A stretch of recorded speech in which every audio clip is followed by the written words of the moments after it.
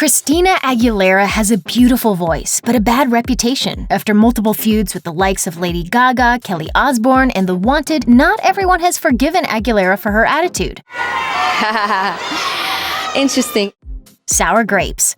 Aguilera spent 5 years on The Voice, but she completely slammed the competition series in a May 2018 interview with Billboard, calling the show an energy sucker. She added, "I didn't get into this business to be a television show host and to be given all these rules, especially as a female. I would find myself on that show desperately trying to express myself through clothing or makeup or hair. It was my only kind of outlet. Of course, it may be her salary that made her so bitter. When Aguilera was the only female vocalist judging the show, she took home $17 million per season, but she took pay cuts in her later seasons, earning $12.5 million. Constant beef. Perhaps part of why Aguilera got a pay cut at The Voice was because, allegedly, she was so aggravating to everyone else on set that she wasn't worth her hefty paychecks. A source told Radar Online in 2015, "Christina is such a terror to work with. She is frequently late, and she doesn't even seem to care or apologize for holding up the filming of the show." Insiders also told Star that Aguilera's tardiness often held up production, and that her diva demands included having a staffer whose sole job was to massage her feet every 30 minutes. The Radar Online source added, "To make matters worse, she is constantly fighting with Adam Levine. They cannot stand each other." Bossy boss.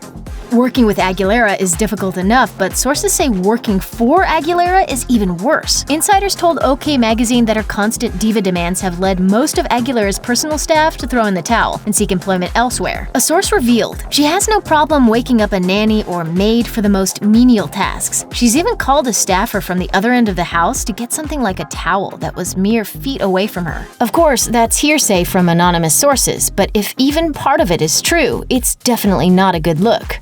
Outing an ex. Aguilera dated backup dancer Jorge Santos for 2 years leading up to the release of her sophomore album, Stripped. In 2002, she told MTV News that her songs Infatuation and Underappreciated were inspired by her relationship with Santos. Fast forward to March 2018, and it gets a little complicated. Aguilera was a guest on RuPaul's Drag Race, Untucked, and one of the drag queens asked Aguilera if Infatuation was inspired by someone. She revealed, "It was heartbreaking because I found out he played for your team, not mine." She didn't mention Santos by name, but fans easily pieced that together. Oh, he gonna see this. He gonna be mad. I What a girl wants. In Aguilera's case, what a girl wants seems to be booze. In 2011, she and partner Matthew Rutler were both taken into custody after a boozy night out at a Los Angeles eatery. People reported Rutler was booked for a DUI after his erratic driving, and Aguilera was taken in for public intoxication but wasn't charged. 3 days later, Us Weekly reported that Aguilera and Rutler were at the same restaurant again, going through wine like it was water, though this time they hired a chauffeured limo. A source close to the singer revealed she should see the arrest as a wake-up call, but she doesn't. She doesn't think things are that bad. Despite their busts for alcohol-related issues, Aguilera and Rutler still love to party. Page 6 reported in December 2015 that Aguilera was, quote, a mess at Seth MacFarlane's Christmas party. The source claimed Seth asked her 5 times to come up and sing, and she refused. The reason she didn't get up is because she was wasted. Throwing punches.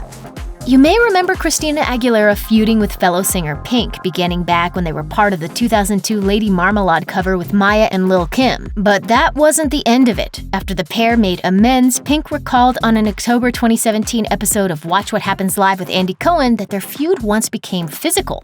Actually, she swung on me in a club. In a club? Hilarious. Mean Girl.